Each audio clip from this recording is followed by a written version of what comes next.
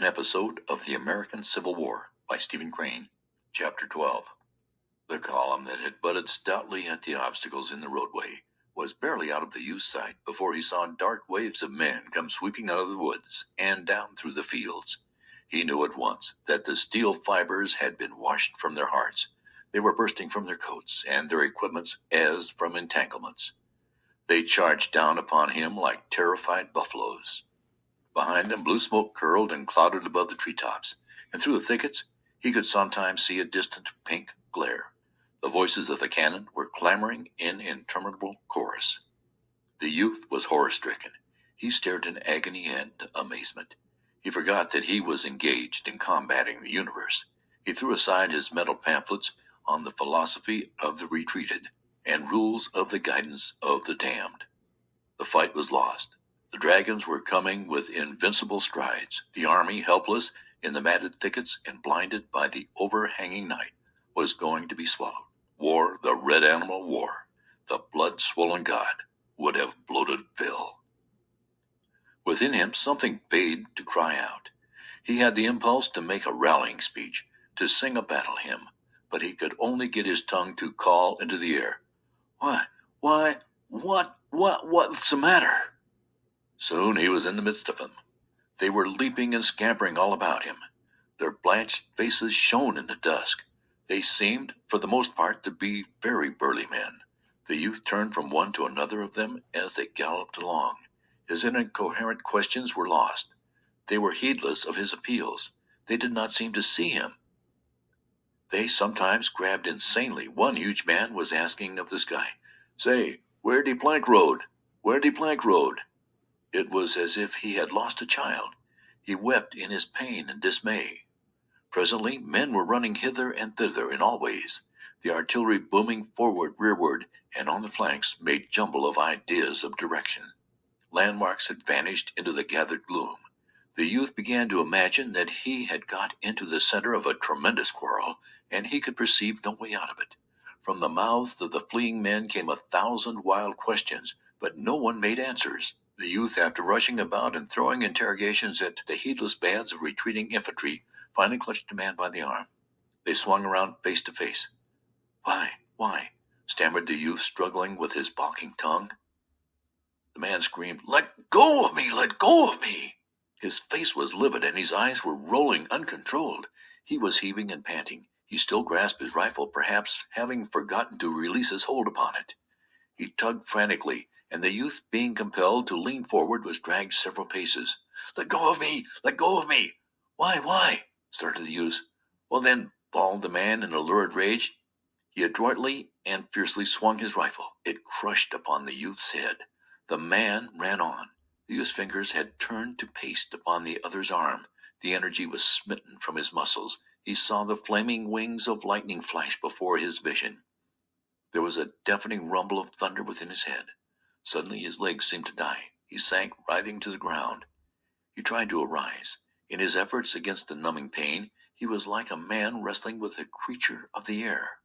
There was a sinister struggle. Sometimes he would achieve a position, half erect, battle with the air for a moment, and then fall again, grabbing at the grass. His face was of the clammy pallor. Deep groans were wrenched from him. At last, with a twisting movement, he got upon his hands and knees, and from thence, like a babe trying to walk to his feet, pressing his hands to his temples, he went lurching over the grass. He fought an intense battle with his body. His dull senses wished him to swoon, and he opposed them stubbornly, his mind portraying unknown dangers and mutilations if he should fall upon the field. He went tall soldier fashion. He imagined secluded spots where he could fall and be unmolested. To search for one, he strove against the tide of his pain. Once he put his hand to the top of his head and timidly touched the wound. The scratching pain of the contact made him draw a long breath through his clenched teeth. His fingers were dabbed with blood. He regarded them with a fixed stare. Around him he could hear the grumble of jolted cannon as the scurrying horses were lashed toward the front. Once a young officer on a besplod charger nearly ran him down. He turned and watched the mass of guns, men, and horses sweeping in a wide curve toward a gap in the fence. The officer was making excited motions with a gauntleted hand. The guns followed the teams with an air of unwillingness. of being dragged by the heels. Some officers of the scattered infantry were cursing and railing like fishwives. Their scolding voices could be heard above the din. Into the unspeakable jumble in the roadway rode a squadron of cavalry. The faded yellow of their facings shone bravely. There was a mighty altercation. The artillery was assembling as if for a conference. The blue haze of evening was upon the field. The lines of forest were long purple shadows. One cloud lay along the western sky, partly smothering the red. As the youth left the scene behind him, he heard the guns suddenly roar out. He imagined them shaking in black rage. They belched and howled like brass devils guarding a gate. The soft air was filled with their tremendous remonstrance. With it came the shattering peal of opposing infantry. Turning to look behind him, he could see sheets of orange light illumine the shadowy distance. There were subtle and sudden lightnings in the far air. At times he thought he could see heaving masses of men. He hurried on in the dusk. The day had faded until he could barely distinguish place for his feet. The purple darkness was filled with men who lectured and jabbered. Sometimes he could see them gesticulating against the blue and somber sky. There seemed to be a great ruck of men and munitions spread about in the forest and in the fields. The little narrow roadway now lay lifeless. There were overturned wagons like sun-dried boulders. The bed of the former torrent was choked with the bodies of horses and splintered parts of war machines. It had come to pass that his wound pained him but little. He was afraid to move rapidly, however, for a dread of disturbing it. He held his head very still and took many precautions against stumbling. He was filled with anxiety, and his face was pinched and drawn in anticipation of the pain of any sudden mistake of his feet in the gloom. His thoughts as he walked fixed intently upon his hurt. There was a cool, liquid feeling about it, and he imagined blood moving slowly down under his hair. His head seemed swollen to the size that made him think his neck to be inadequate. The new silence of his wound made much worriment. The little blistering voices of pain that had called out from his scalp were, he thought, definite in their expression of danger. By them he believed that he could measure his plight. But when they remained ominously silent, he became frightened and imagined terrible fingers that clutched into his brain. Amid it, he began to reflect upon various incidents and conditions of the past. He bethought him of certain meals his mother had cooked at home, in which those dishes of which he was particularly fond had occupied prominent positions. He saw the spread table. The pine walls of the kitchen were glowing in the warm light from the stove. Too, he remembered how he and his companions used to go from the schoolhouse to the bank of a shaded pool. He saw his clothes in disorderly array upon the grass of the bank. He felt the swash of the fragrant water upon his body. The leaves of the overhanging maple rustled with melody in the wind of youthful summer. He was overcome presently by a dragging weariness. His head hung forward and his shoulders were stooped, as if he were bearing a great bundle. His feet shuffled along the ground. He held continuous arguments as to whether he should lie down and sleep at some near spot or force himself on until he reached a certain haven. He often tried to dismiss the question, but his body persisted in rebellion and his senses nagged him like pampered babies. At last he heard a cheery voice near his shoulder. "You seem to be in a pretty bad way, boy." The youth did not look up, but he assented with a thick tongue. "Uh." The owner of the cheery voice took him firmly by the arm. "Well," he said with a round laugh, "I'm going your way. The whole gang is going your way, and I guess we can give you a lift." They began to walk like a drunken man and his friend.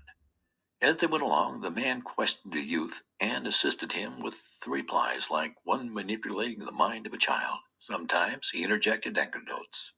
"What regiment do you belong to?" "Eh? What's that?" "304th New York." "What corps is that in?" "Oh, it is? Why, I thought they wasn't engaged today." "They're way down Ornick Center." "Oh, they was, eh?